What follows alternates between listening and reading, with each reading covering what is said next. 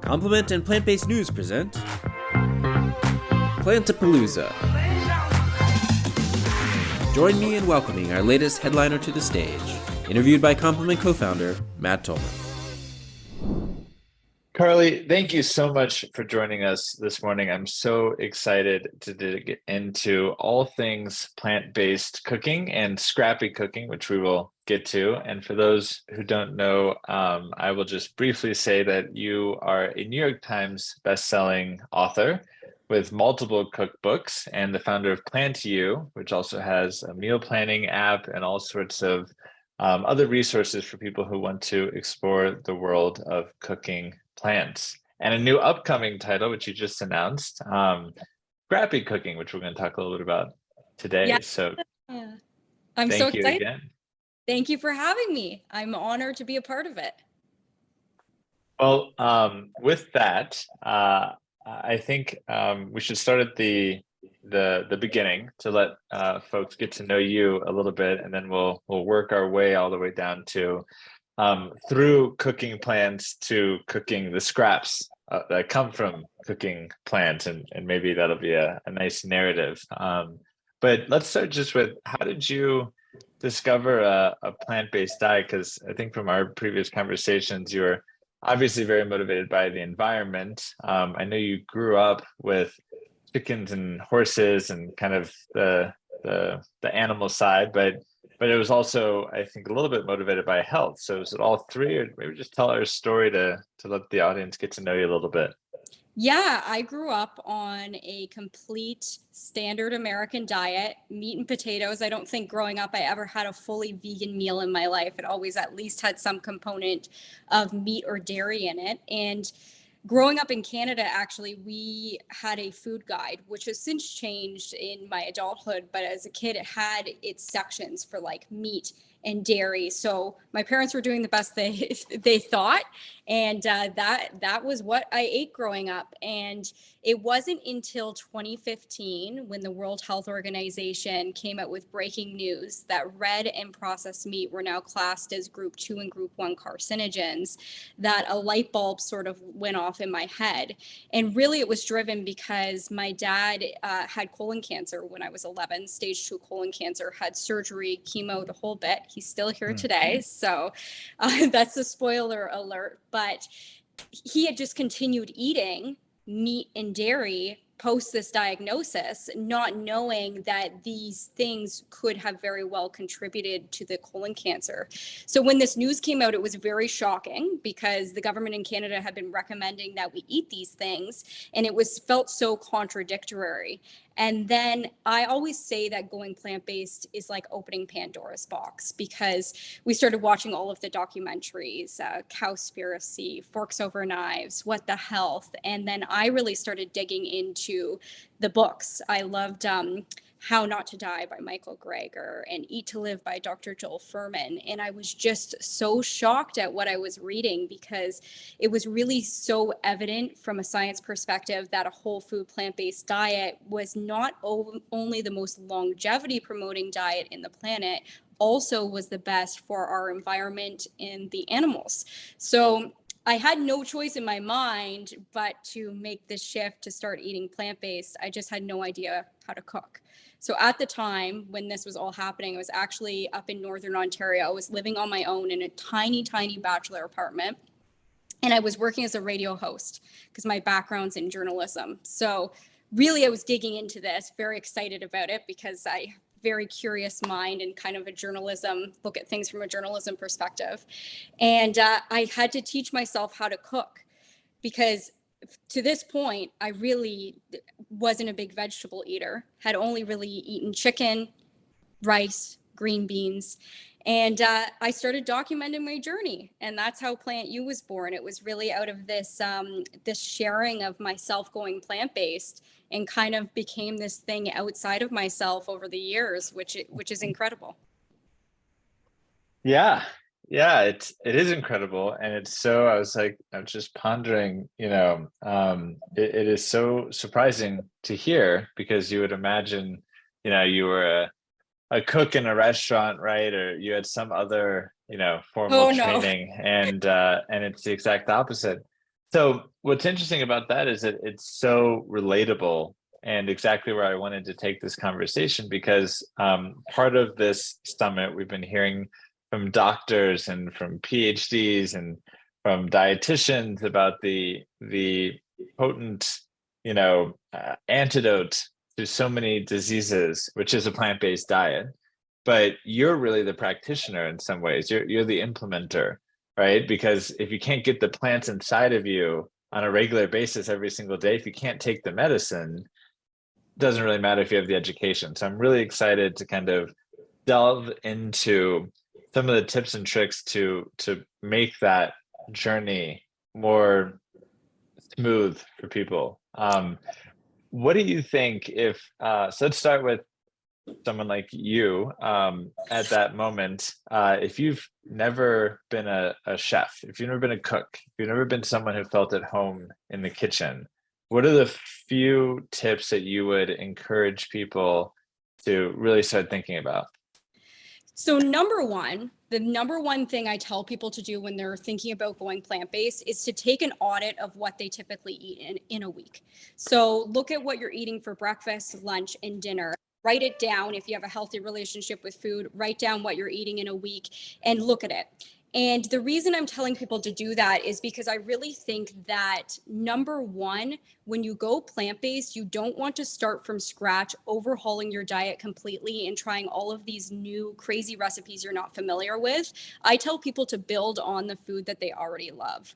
So say you're somebody who loves to have cereal in the morning. Simple swap could be changing that dairy milk for a plant-based milk. You have coffee in the morning, changing out your creamer. Already your morning is now vegan or plant-based. Dinner, if you're somebody who likes taco or pasta sauce with ground meat, maybe you can try tofu or a ground soy substitute from the grocery store. So it's really important, in my opinion, to maintain familiarity in the diet so that you're excited about what you're eating, you feel comforted by it, and it's not such a shock. The other thing is to think about foods you grew up eating too. I think the first recipe that I ever veganized was my mom's bolognese pasta sauce. And it was like one of those meals that brought me such comfort when I was growing up. And that really was the catalyst that made me think, okay, I can actually do this. Once I was able to make something plant-based that was just as delicious, just as comforting as my mom's pasta sauce, it kind of translated over and got me motivated. That's awesome. And for someone who maybe does cook, but it's largely a standard American diet, they struggle to figure out how to make plants taste good. At least that's what I'm told. And it's funny because, none of us eat raw. Well, actually, 3 years ago, none of us were eating raw meat, right? Some people are these days because there's there's a little bit of craziness. I can no longer say that. But by and large, people cook meat products or whatever it might be, and they season them, right? Like most people aren't happy just eating pure chicken breast, just like steamed, right? Like there's a processing, but people become familiar with that and grow up in that culture and know how to season it. And then we're told them like, hey, here's a cucumber, like make it taste good, right? And it's like, and so they'll end up dipping it into some hopefully vegan dressing because like they don't know. But obviously some of the recipes you share show how to take cucumber, probably more like zucchini, and turning it into something that's really delectable.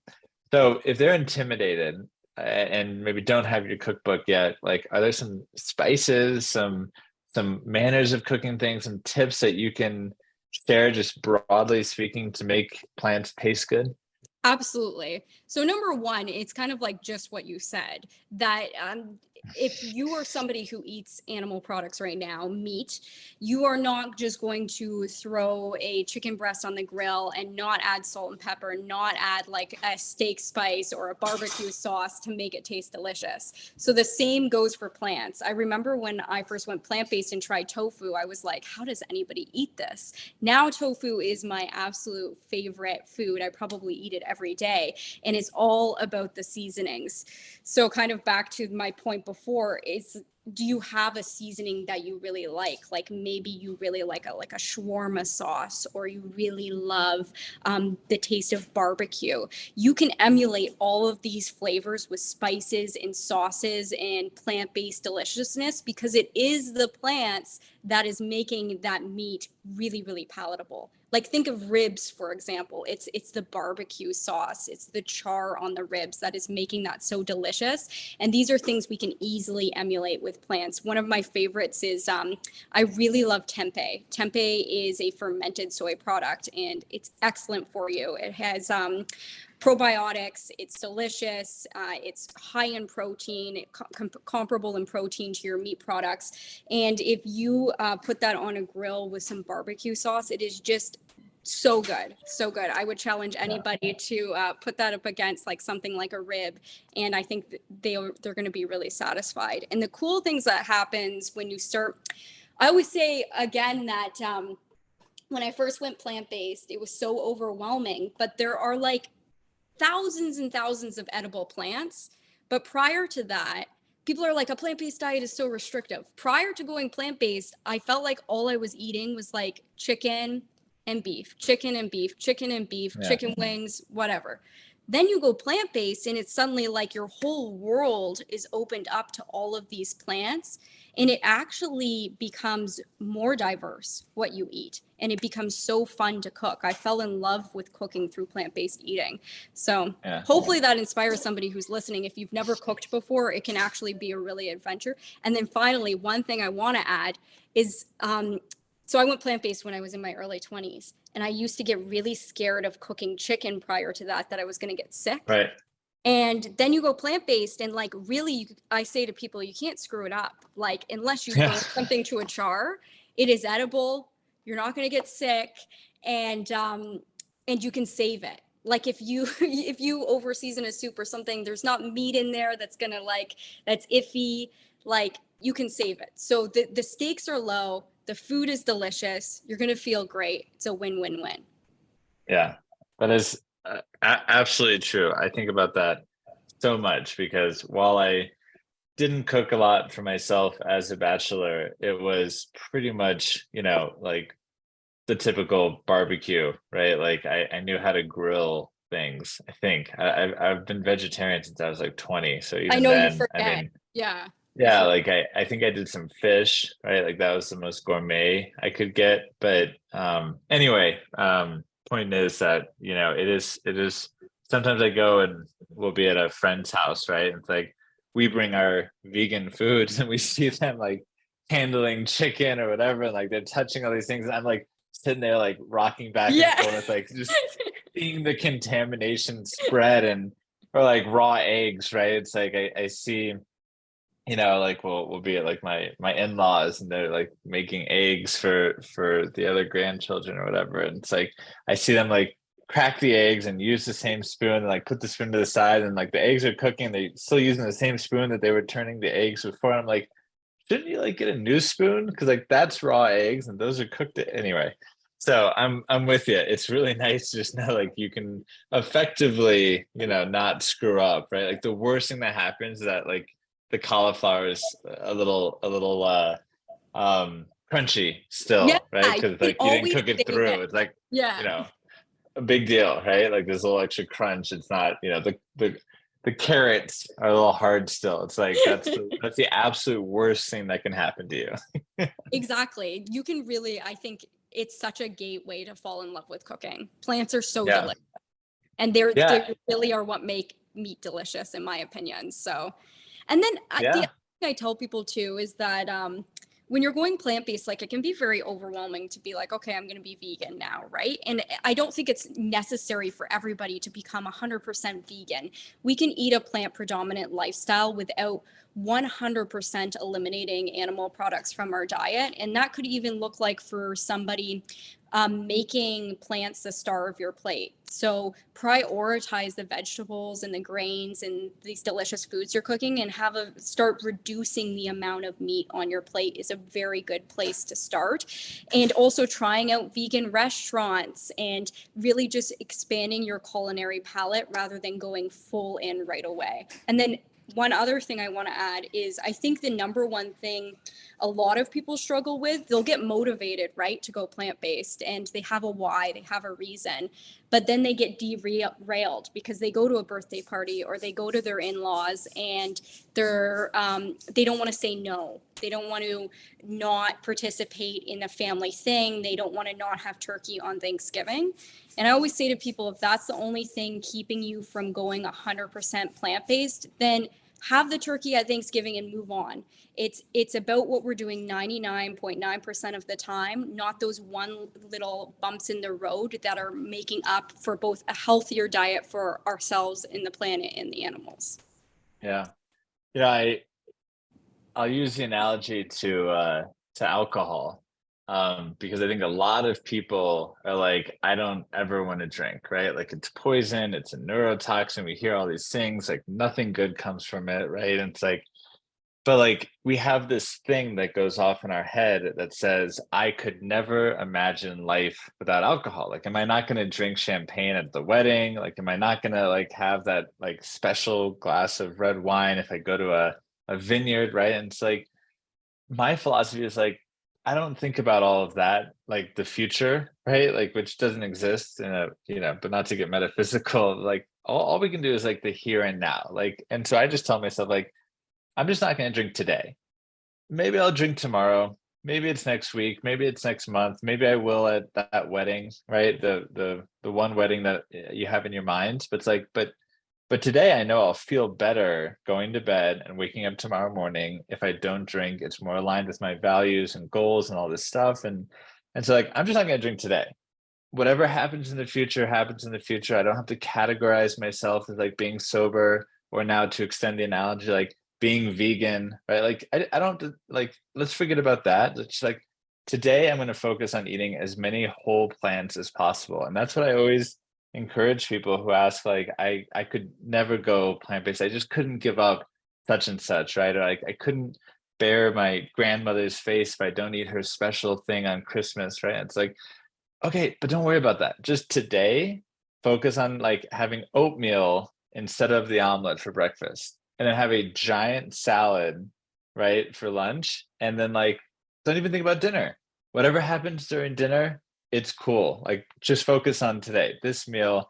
How many plants can you eat, right? Because, and then you go into like the rest of the pitch. It's great for your microbiome. The fiber is critical. You're cleaning out your colon, like all these different things, right? Which I just want to switch back to the other piece that you mentioned, which is like, people don't realize like, how much our world revolves around like, okay, is it like a hamburger or a piece of fish, right? Like the healthy option's a piece of fish. The other option's like the hamburger. Like that's if you didn't go to an Italian restaurant, in which case it's like pasta, right? And it's like, and then I don't even remember, it's been so long, but like, what do you eat for lunch, right? It's like probably leftovers from the night before, or like a sandwich, right? It's like, it's a very, very narrow spectrum of choices, right? And then you like look at the plant-based diet, it's like you're eating bacon made out of carrots, right? Yeah. And like, spaghetti squash, right? It's like your pasta is made out of, like we have linguine made out of hearts of palm. I just found at the store. Like it's super strange. I haven't tried it yet. Can't endorse it. Like our pasta is made out of chickpeas, right? Like the meatloaf out of chickpeas. It's like the most diverse. It's like really fun to explore, and it's like expand your taste buds. So I really wanted to emphasize that, because you're spot on that, like, some people say it's like deprivation, but it's like, actually no, you're removing like 3 things from your diet, right? Exactly. It's like red meat, white meat, or say let's call it like beef, chicken, pork, eggs, fish. So like remove 5 things. There's like literally everything from like, potatoes to like dandelions, right? Like there's thousands of things that you can eat. And if you just remove these five, it opens up this whole world to you. So I really love that you brought us back to that. Yeah, and I want to touch on, you briefly mentioned the microbiome, and there was, I think it was last year or the year before, that big study that came out that said we all know the gut microbiome is so important to our overall health. And it was saying that the ideal diet for the healthiest microbiome is to eat over 30 plants per week. And when people hear that, they get very intimidated. But on a plant-based diet, you really do that without even trying, because plants include your whole grains, your rice, your pasta, if you're using like a chickpea pasta, even wheat. So it just automatically happens so easily because you end up just eating a way more diverse diet. And a couple of ways to even think about diversity of plants, because I really do think it's one of the keys to health and longevity, is to just have your core meals. So, for example, every plant-based doctor I feel like I've ever talked to says they start their morning with oats.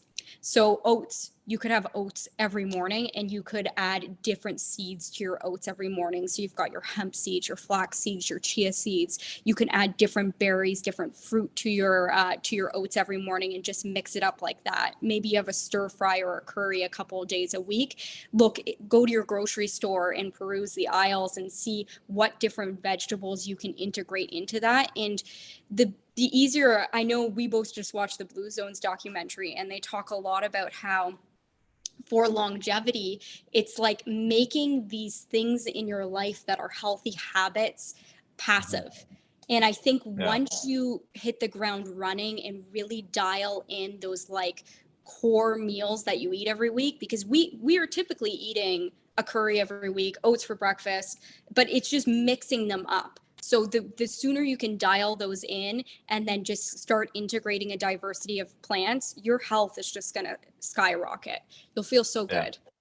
Yeah. I'll get back to our regularly scheduled programming, but as long as we're just riffing, I'll emphasize that every single morning for me is it's generally a smoothie, but it's otherwise oatmeal. And for those who say like, oh, how boring, like, just to oats can be emphasize what you're so saying. delicious. Well, not only that, but like, like anything else, right? It's all about what you add to them. And maybe you can expand on this with different ideas. But for me, it's like, you can have one day that's got blueberries and raspberries and oatmeal. And like, that's a very specific flavor profile. And like the next day you can go to like, I don't know, just to make it up, like more of a pineapple, a tropical feel. And then like the other end of the spectrum is like, put some cacao, or even like there's like dark chocolate chocolate chips, which like my kids obviously love, and like or almond butters, right? Sunflower butter, like all these different, so you can go anywhere from the spectrum of like fruity tropical all the way to like pretty decadent, like fatty tasting, buttery, so I just can't. And same goes for smoothies, right? So if like you think about a week being 7 days, you can have a couple of days of a blueberry type oatmeal, a couple of days of like an almond butter oatmeal, and then the same goes with smoothies, right? Like you can have a banana peanut butter smoothie versus like the like I say, more tropical vanilla-y green smoothie. So there really is a lot of diversity, and that's just within like two things that you can get really good at, right? Oatmeal and smoothies, get really good at that, and like your morning is set. Smoothies I'm obsessed with, and I was so intimidated by green smoothies, but I wanted to be somebody who loved green smoothies when I first went plant-based, because I feel like it's like the mecca of health. Like it just looks so healthy and feels so healthy when you drink a green smoothie. But I was so shocked. I remember when I put spinach in my smoothie one day, and I started with just a bit, and I'm like, I'm so afraid to drink this. It feels wrong. You cannot taste it. So you can literally add a salad worth of greens, like like spinach, which is so neutral tasting, and especially if you add berries, you can't even see it. Great for kids too, because you can get a lot of greens in there, and it tastes amazing. My new favorite though is I love kale, ginger, orange smoothie. So good. It tastes, Yeah. I love ginger in smoothies lately. It tastes so good. Yeah. And I could talk about food all day, as you can. well, good, because we've got some more time to fill. But just emphasize, obviously, ginger, like they constantly come out with new studies that show the incredible impact of ginger on all sorts of things. But again, people get like intimidated. And so just to say, like, I will snap off a piece of, like, you can get ginger root. I mean, I Yeah. find like yay big, right? And like just snap off like pretty much the size of my thumb, right? And like wash underwater and toss it in. And granted, the size of my thumb is appropriate for like a 40 to 60 ounce smoothie. Like, so Yeah. what I usually nurse like throughout the day. If you put that much ginger into like an 8-ounce smoothie, it's going to be a little spicy. It'll So burn just, on the way down. yeah, fair warning. But you're absolutely right. You can put, I mean, like I put Swiss chard, right? Like sometimes very tasty but strong taste type of greens. And if you put some pineapple and ginger in there, like you're getting, I mean, just an amazing array of phytochemicals and fiber and water, and just it's an amazing way to start the day. So smoothies, good. You, like everybody else, is a fan. My favorite. So before we get over to scrappy cooking, what's your favorite meal?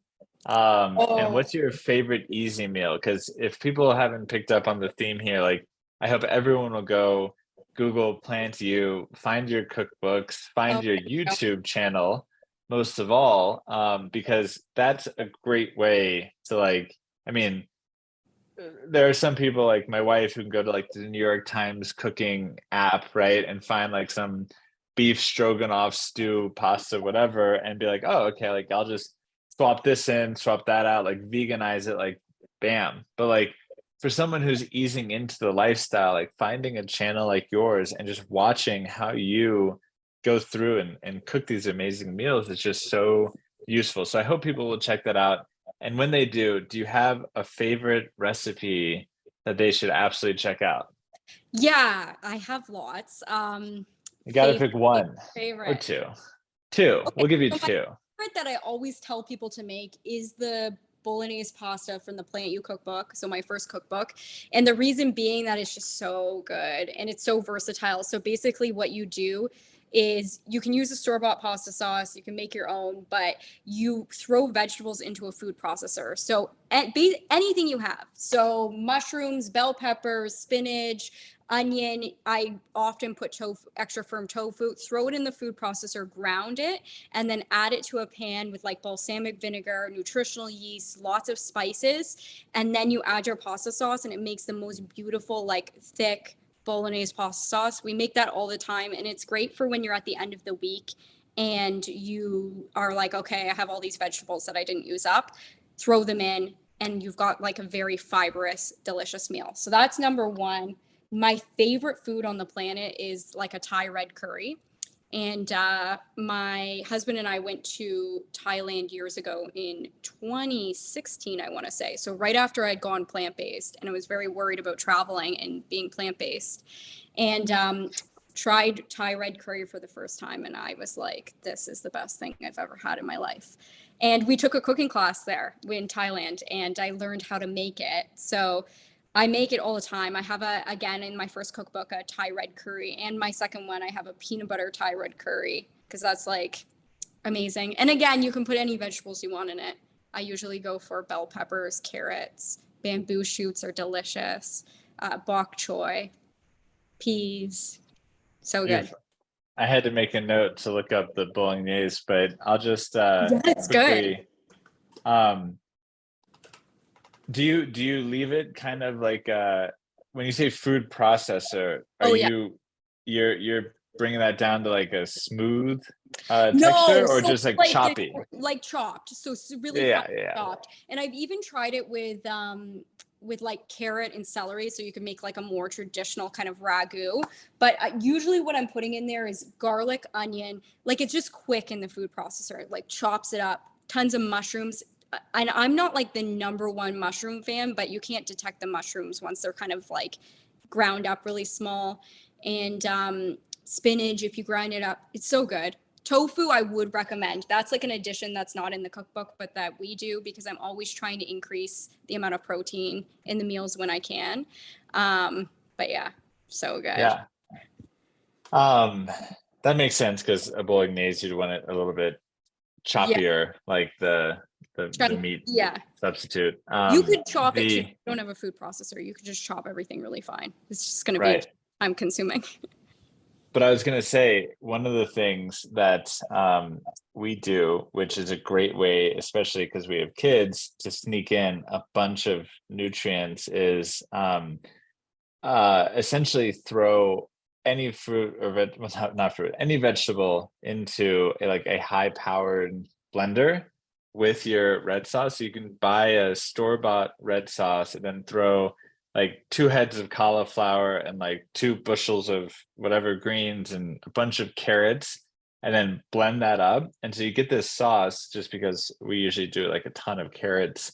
And it's like the most nutrient dense red sauce ever. And in fact, it looks mostly orange, like it's this vibrant, bright orange. And then pour that on your pasta, and like, guess what? Like you don't have to get the kids to eat vegetables because like it is just packed in there. And then adding tofu is a great idea. I don't think we've done that, but we're always trying to. You need to try it. It'll change your life because it's so like ground beef. Especially when you season it a lot. Like if you add I like to add like balsamic. Nutritional yeast I love. I'm obsessed with nutritional yeast. Nutritional yeast has like your B12 and it also has protein in it. So yeah. The tempeh though, I'll just so good. Double click on that, so to speak, because you brought it up earlier and I wanted to throw my weight behind it too, because like you say, it is fermented, so it's got a really healthy probiotic feel to it, but it's also got a very meaty texture. I mean, it's about as low process as you can get. I mean, the processing is like the same as they've been doing in Japan for like 1,500 years. So I'm a huge fan. Like you say, it is probably pound for pound the most protein dense plant food that I've found. So big fan of tempeh. Let's talk about scrappy cooking. The subject of your upcoming book, which you just shared with me. So that's why it's on my mind. I'm super excited because this was something I remember when you and I first met, and I turned to my wife onto you, and she became obsessed with your Instagram for a period of time. I think she still is, but she was like really obsessed for a period of time. I shared with you. And it was a lot of which was because of these like incredible innovative recipes. But let me stop there because you'll do a better job. What is scrappy cooking? Yes. So scrappy cooking was born very organically, and it's basically the concept of low waste cooking. So this series started because one time in my kitchen, as a food blogger, I buy a lot of groceries.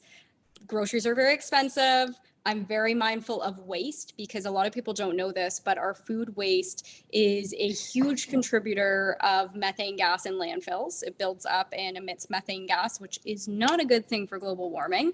And in our homes, like once food comes out of from the farming, once that food loss is done and it makes its way into our system, the number one way that food is then wasted is actually within the home. And it's for a few different reasons. One of them being that we're very wary as North Americans about best before dates. And number two, we just buy a lot of groceries in this day and age as a materialistic society that's very busy. We buy a lot of groceries without a plan. So I always tell people to meal plan. But anyways, I threw up this orange peel candy recipe one day on Instagram, and I kind of like walked away from my phone, came back to it, and people had gone nuts. The video had like 1 million views in an hour. I was like, what is happening?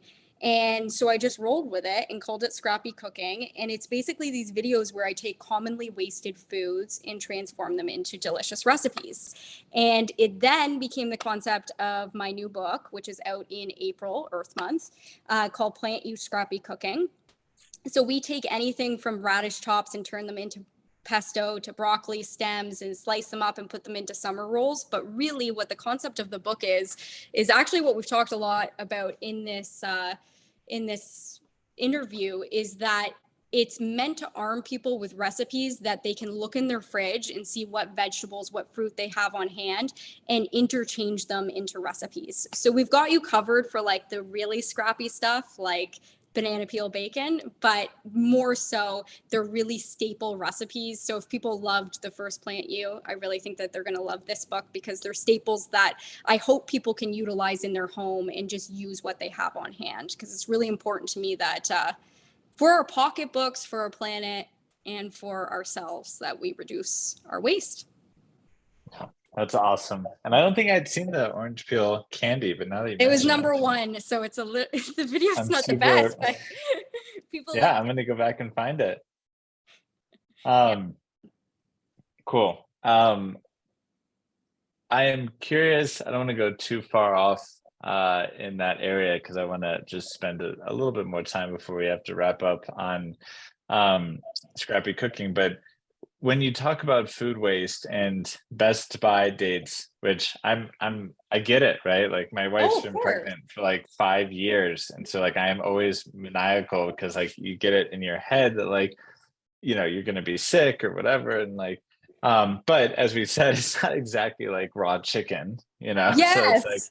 it's a little bit different. But and by the way, like I'm fairly certain there's no such thing as a best buy date for Whole Foods. So as long as you stick to buying like bushels of broccoli and cauliflower and everything else, like you're pretty much good, right? Like that stuff. Yeah, You know, I think when it goes bad. I don't want Go to ahead. encourage people to eat food that has spoiled, that's for sure. But I think we can, when we're eating plants, I would definitely follow the best before dates for animal products. But when we're eating plants, you can really tell if something is not good. It's got mold or spoilage. It smells bad.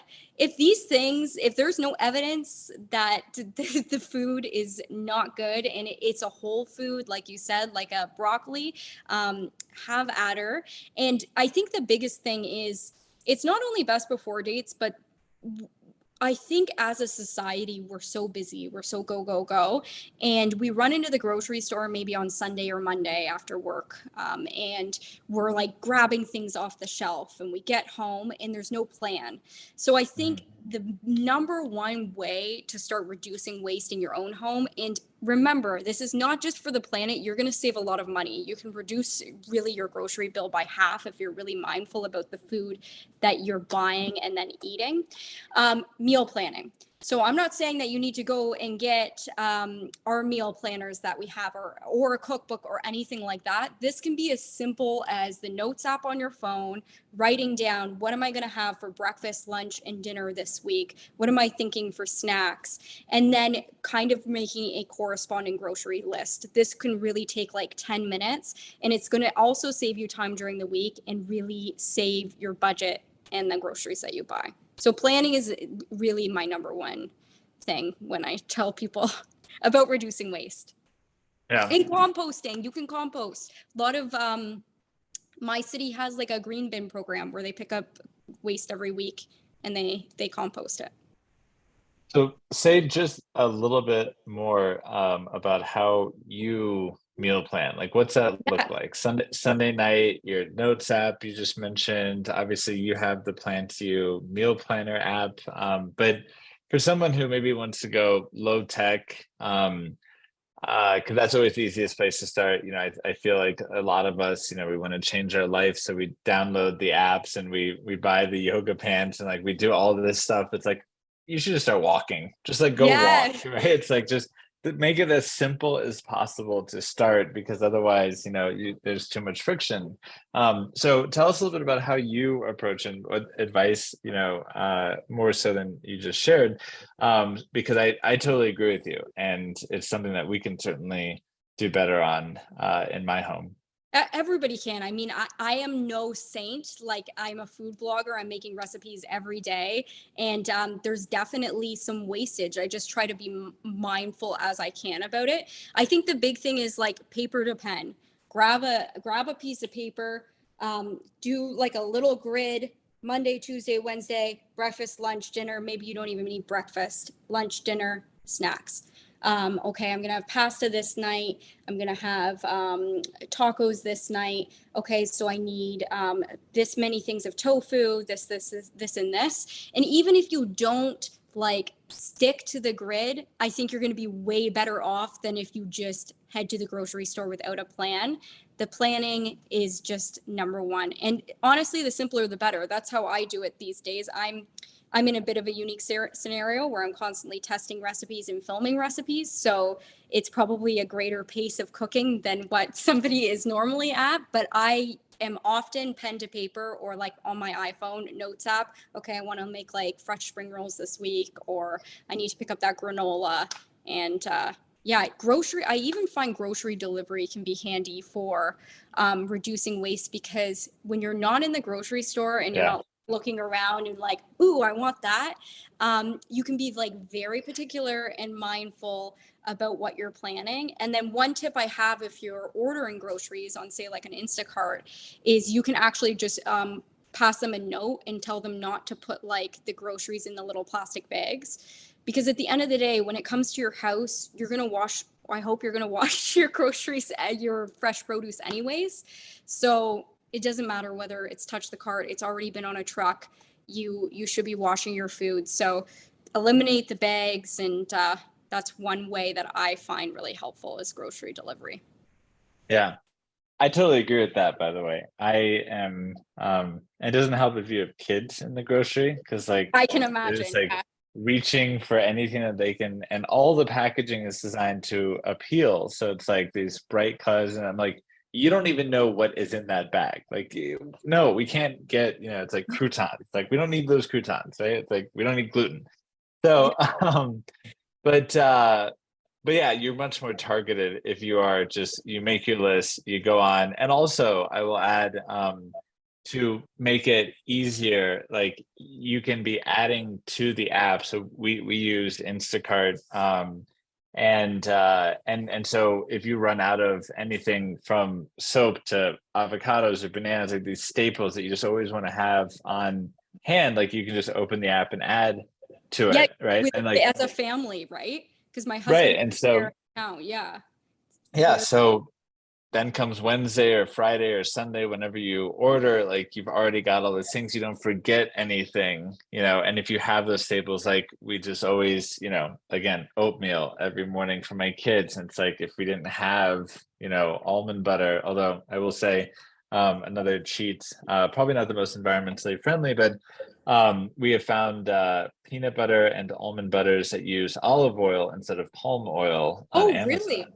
Yes. Yeah, well, palm oil, I've heard, is not the best thing for the environment. So it's probably more environmentally friendly with the almond butter. Damned if you do, damned if you don't. But certainly, I'd rather my kids eat olive oil, and it's also, we don't live in the most we don't have like a Whole Foods or any sort of access. It's a very standard supermarket, so unfortunately, not a lot of the organic options and like super cool vegan stuff that I wish. So going online and finding those things. But again, just to emphasize, like meal planning, we use our calendar, like as a family, we have our it's great. childcare schedule. And then so that way, like, we look ahead and we kind of see the week, and it's like, okay, and then we do a lot of leftovers, like we don't have a lunch category, because lunch is whatever we had the night before. And and we have a house of 7, so we have like industrial size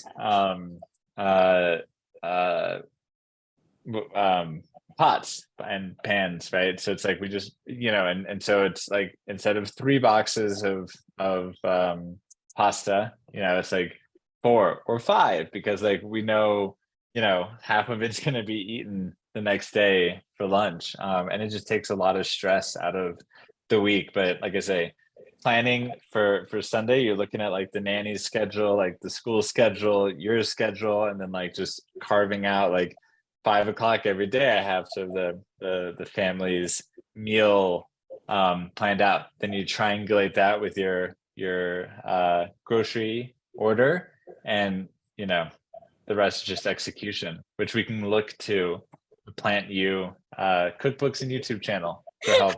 There you go. Nice little tie back. One thing I'll mention before we wrap up too is I think food storage is really important too. So when you do get these things back, you want to keep like leafy greens dry. So like washing and wrapping in a clean cloth can really keep them for a long time.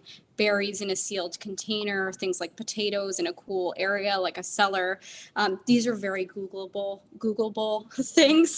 Or I have a whole list of how to store your produce in my new book, but it's important to get the longest lifespan out of the vegetables, and a lot more things can be frozen than you think. Sometimes we'll throw like if we didn't get to it, like a box of spinach into the freezer and then use that for smoothies, especially if you're a big smoothie drinker, which we both know we are. So yeah, exactly. And I'll just add one thing, which is don't wash the vegetables until you have to, because they'll start to degrade faster. And it's really important. I'm glad you ended on that, because I recently saw something that showed we don't really appreciate the fact that like the journey that fresh foods go on from like the time they're picked in Guatemala, and put into a plastic container and put onto a ship or put onto a truck, and then they get here and then put on a different truck, and then the last mile truck, and then they go into the store, and it's like 50% of nutrients, have already degraded by the time it gets to the store. And then like it's another 25 or so before you eat it. So it's really important to consider those things and try to keep your food fresh, not to mention that it'll reduce waste. One last question out of curiosity, because we've covered a lot of ground and I'm super excited because I think this is really practical tips, but so this is funny. My dad had he always told this story, so that's the only reason I remember it, but he had some tooth issue when he was younger, 20s maybe. And he went to the dentist, and the dentist said, chew on the rind of a orange. Every day, just chew on it as many times as you can a day. And like within a week or two, it went away. I have no idea, like this could be totally, a story that has evolved over the years and untrue. And certainly not suggesting that if you have a, impacted molar that like you just start chewing on orange rinds. But there is a lot to say about like the skin of potatoes is like where 90% of the nutrients lie, and like the skin of the apple, right? So like, I'm just curious, can you speak to, when you think about the scrappy side, like is there something to this idea? There is. So it's so funny because every time I grew up eating potato skins, like my parents would always be like, that's the part that's the healthiest. And it's every time I post a recipe with potato skins online, people go crazy. Like, you didn't remove the skins. I think we over peel everything, like especially even something like butternut squash. When you like roast that in the oven and make a soup, like the skin can go right in. It's going to be fine. And oftentimes these things are more nutrient dense than the thing inside of it. So a good example is even broccoli stems. So broccoli stems are so delicious, and I think they contain more sulforaphane, I probably butchered the pronunciation of that, than the cruciferous flower itself. And it's so funny because oftentimes we're paying for something like broccoli by weight at the grocery store. So then you're taking it home, and the stem, you're throwing out half the broccoli. So you can peel that and eat that. And again, a quick Google search will tell you whether something's edible. Beet leaves are amazing. Radish leaves are amazing. They're so good for you, so nutrient dense. Obviously, we want to be mindful always about pesticides if we're eating something like, say, an orange skin. If you can buy organic, if you're planning to consume the skin, that's always ideal, and giving it a good scrub. But I'm a big fan of obviously eating the scraps. That's awesome. Such a perfect way to end. Carleigh, thank you so much for the time. This is a really fun conversation, and you've definitely inspired me to get into the kitchen. I may even start a YouTube channel because Do it. it sounds like it's the way to go. It's so No, fun. I've been telling my wife that I want to help more in the kitchen. I mean, it's all I think about is nutrition. It's all I talk about all day. But frankly, Adriana says like, well, that's fine, but you have to cook things that taste good, which is my limit, right? Like I'm not really good at cooking things that taste good. I can cook things, but it's like, I'll pour beans and like tempeh in a pot and then like put hot sauce on it. And I'm like, I'm good, right? It's like, and that doesn't work for the family. So I gotta watch more of your videos and learn. But I'm so glad to have you as the curator of this journey. This was a blast. Thank you so much. And I look forward to seeing some cooking videos from you. And I think it'd be fun for your family to be in them too. So fun. You should look forward to it because it's going to be more of a comedy than a self-help. All right. Thank you Thanks so much. for having me. Have a great day.